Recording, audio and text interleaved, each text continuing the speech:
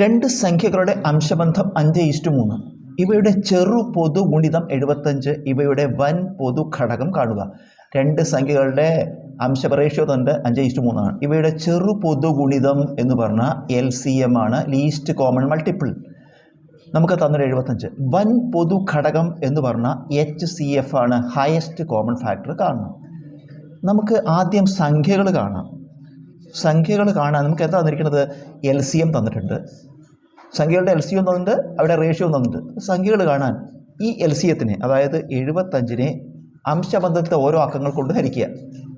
LCMത്തിനെ അംശബന്ധത്തിലെ ഓരോ അക്കങ്ങൾ കൊണ്ട് 75/3 അല്ല 75/5 അല്ലേ ആദ്യത്തെ, 75/5 75/3 ഇതാണ് സംഖ്യകൾ.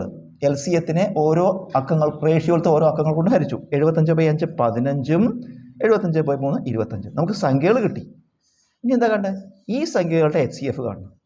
ഇതിൻ്റെ HCF കാണണം.